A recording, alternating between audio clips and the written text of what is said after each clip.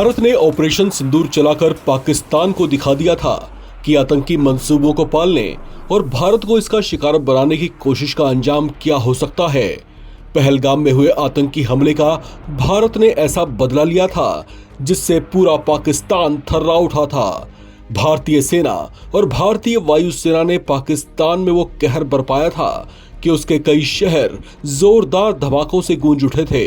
भारत के ताबड़तोड़ air strike से पाकिस्तान की शहबाज शरीफ सरकार और असीम मुनीर की सेना सहम गई थी।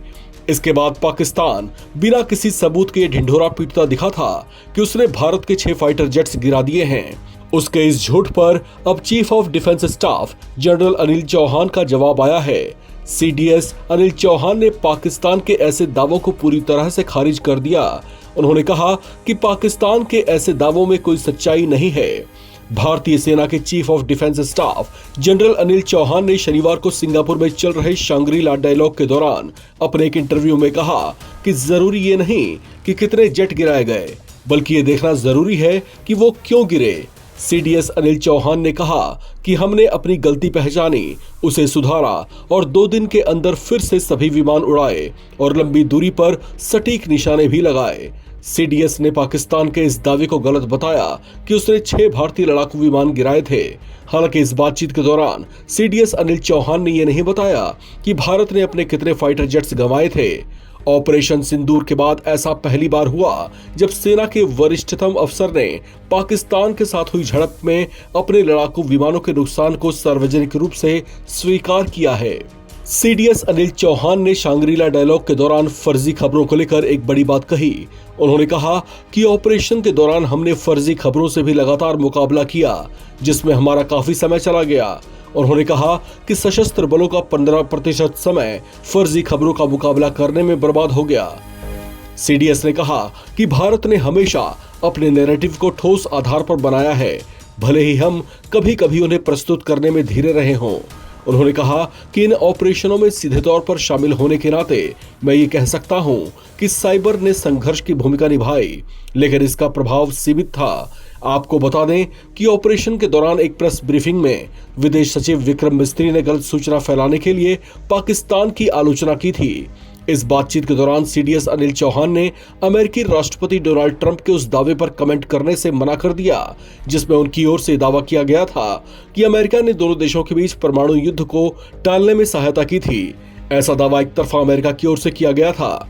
इस पर सीडीएस अनिल चौहान ने कहा कि पारंपरिक युद्ध और परमाणु हथियारों के बीच काफी अंतर और गुंजाइश होती है। उन्होंने कहा कि ऑपरेशन के दौरान भी पाकिस्तान के साथ बातचीत के चैनल हमेशा खुले थे ताकि हालात नियंत्रण में रहें। क्या देश में एक बार फिर से कोरोना की लहर दस्तक दे रही है? ये सवाल इस समय पूरे देश में गूंज उठा है। देश में लंबे अंतराल के बाद एक बार फिर से कोरोना के मामले धीरे धीरे रफ्तार पकड़ते दिख रहे हैं। स्वास्थ्य मंत्रालय के ताजा आंकड़ों के मुताबिक पिछले 24 घंटों में कोरोना के कुल मामले बढ़कर 3,395 तक पहुंच गए हैं। कुछ दिनों के भीतर ही कोरोना ने जिस तरीके से रफ्तार पकड़ा है वो चिंता को बढ़ा रहा है। इन 24 घंटों में कोरोना के 685 नए मामले आए हैं, जबकि 4 और लोगों की कोरोना से मौत हो गई है। राजधानी दिल्ली में कोरोना से दूसरी मौत हुई है, जबकि उत्तर प्रदेश, केरल, कर्नाटक और छत्तीसगढ़ में भी एक कोरोना मरीजों की मौत हुई है। कोरोना की बढ़ती रफ्तार और अलग अलग राज्यों में पिछले 24 घंटों में आए नए मामलों की बात करें तो इनमें केरल सबसे ऊपर है, जहां पिछले 24 घंटों में 189 नए मामले आए हैं। दूसरे नंबर पर पश्चिम बंगाल है, जहां पर 89 मामले आए हैं। कर्नाटक में 86, दिल्ली में 81, उत्तर प्रदेश में 75, तमिलनाडु में 37, महाराष्ट्र में 43, गुजरात में 42, दिल्ली में 9, पौंडीचेरी, मध्य प्रदेश, झारखंड और हरियाणा में 6 मामले, छत्तीसगढ़ में 3, जम्मू कश्मीर में 2, जबकि गोवा, पंजाब और आंध्र प्रदेश में एक नए कोरोना के मरीज सामने आए हैं।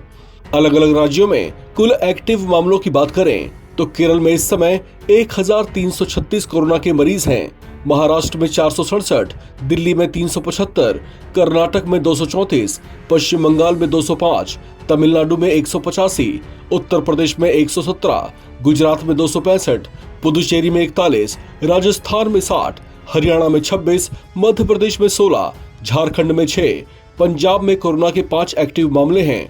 केंद्रीय स्वास्थ्य मंत्रालय के मुताबिक दिल्ली में कोरोना से जिस 60 वर्षीय महिला की मौत हुई है वो पहले से ही कई गंभीर बीमारियों से ग्रसित थीं।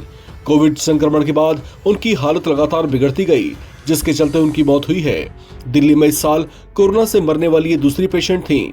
इसी तरह से कोरोना से मरने वाले बाकी लोग भी वे हैं जो पहले से ही किसी न किसी गंभीर स्वास्थ्य संबंधी बीमारी से जूझ रहे थे। कोरोना का नया वेरिएंट जिस रफ्तार से बढ़ रहा है, इसने चिंता तो बढ़ाई है, लेकिन विशेषज्ञों का यही कहना है कि इससे बहुत ज्यादा डरने की आवश्यकता नहीं है, क्योंकि ये उतना घातक नहीं है। ये वेरिएंट अभी अंडर मॉनिटरिंग है। इससे संक्रमण तो बढ़ रहा है, लेकिन इससे ठीक होने वाले मरीजों की संख्या भी तेजी से बढ़ रही है। करंट सिनेरियो ये है कि कुछ केसेस में इंक्रीज हुआ है, कई देश के भागों में, पहले साउथ में, वेस्ट में, और अब कुछ केसेस बाकी कंट्री के पार्ट में आए हैं। लेकिन अगर मैं आपसे ये कहूँ, इस समय कोई वरी करने की इतनी कोई ज़रूरत नहीं है, सिर्फ विजिलेंट रहने की ज़रूरत है। जब भी कोई केस आते हैं, कोविड के केस बढ़ते हैं, हम 3 चीज़ें उसमें ध्यान से देखते हैं। पहला कि कितना ट्रांसमिशन हो रहा है, कितनी तेज़ी से केस बढ़ रहे हैं। दूसरा कि क्या वो इम्यूनिटी को अवॉइड कर रहा है, जो पहले से हमारी नेचुरल इम्यूनिटी बनी है और जो वैक्सीन्स हमें लगी हैं, उसके बावजूद भी वैक्सीन की इम्यूनिटी बहुत इवेड हो रही है। तीसरी जो सबसे ज़रूरी चीज़ है, इन दोनों से भी ज़्यादा, वो ये है कि क्या जो हमारी सिवेरिटी अभी की इन्फेक्शंस की है, क्या वो पहले से ज़्यादा है, या जैसे ओमिक्रॉन की थी, जैसे चल रही थी, उसी तरह से लो सिवेरिटी के केसेस हैं, जिसमें कि ज़्यादातर केस एसिम्प्टोमेटिक या जो माइल्ड सिम्टम्स के साथ होते हैं वह है कि नहीं। तो ये 3 चीज़ें हम देखते हैं उससे पहले के कहने के कि किसी चीज़ को वरी करने की ज़रूरत है। तो ये अभी तक इस तरह से ये अंडर मॉनिटरिंग है, इसमें इस वक्त कोई बहुत बड़े कंसर्न की ज़रूरत नहीं है, लेकिन हम उसको मॉनिटर कर रहे हैं और साथ साथ जो चीज़ें चाहिए उसके लिए तैयारी कर रहे हैं। हमने सीक्वेंसिंग, तीसरी चीज़ होती है कि हम देखना चाहेंगे कि कौन सा वेरिएंट आया है, क्या वो कोई अलग वेरिएंट तो नहीं है। तो जो वेरिएंट्स अभी तक साउथ और वेस्ट इंडिया के थे, वो जो हमने कुछ वेरिएंट सीक्वेंस किए हैं, उसके हिसाब से ये वेरिएंट्स जो हैं वो ज़्यादा सीवियर नहीं है पुराने ओमिक्रॉन वेरिएंट से। ये 4 वेरिएंट्स हैं जो हमें मिले हैं। LF7 सीरीज़ है, XFG सीरीज़ है, JN1 सीरीज़ है और NB 1.8.1, इन दैट ऑर्डर ये हमें मिले हैं। अब बाकी जगह के भी सैंपल्स को हम सीक्वेंस लगातार कर रहे हैं और अगले रिजल्ट्स 1-2 दिन में आ जाएंगे। झारखंड बोर्ड ने शनिवार को 12वीं का रिजल्ट जारी कर दिया। इसी के साथ एक बार फिर लड़कियों ने बाजी मारी। 12वीं में साइंस और कॉमर्स दोनों स्ट्रीम में बेटियों का रिजल्ट बेहतर रहा। 12वीं में साइंस स्ट्रीम में अंकिता दत्ता ने टॉप किया, वहीं दूसरे नंबर पर अंकित शाह रहे। वहीं तीसरे रैंक पर 3 छात्र किशोर कुमार, जगरनाथ और हिमांशु रहे।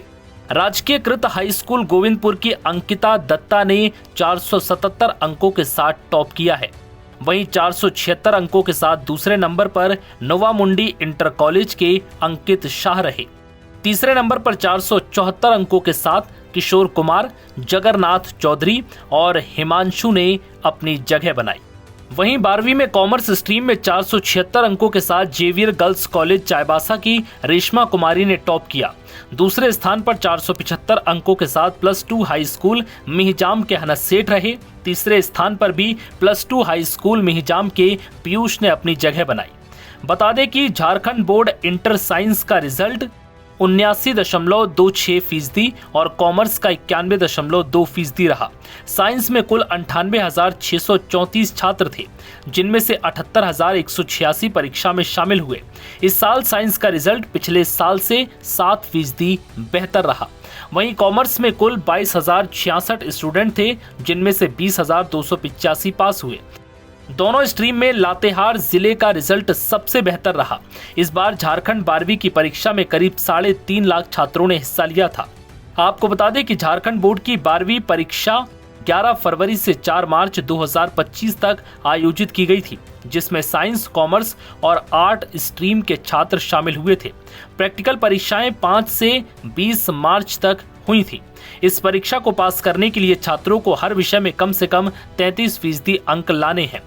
अगर आपको किसी विषय में 33% नंबर नहीं मिलते हैं तो आप जुलाई 2025 में होने वाली पूरक परीक्षा में शामिल हो सकते हैं।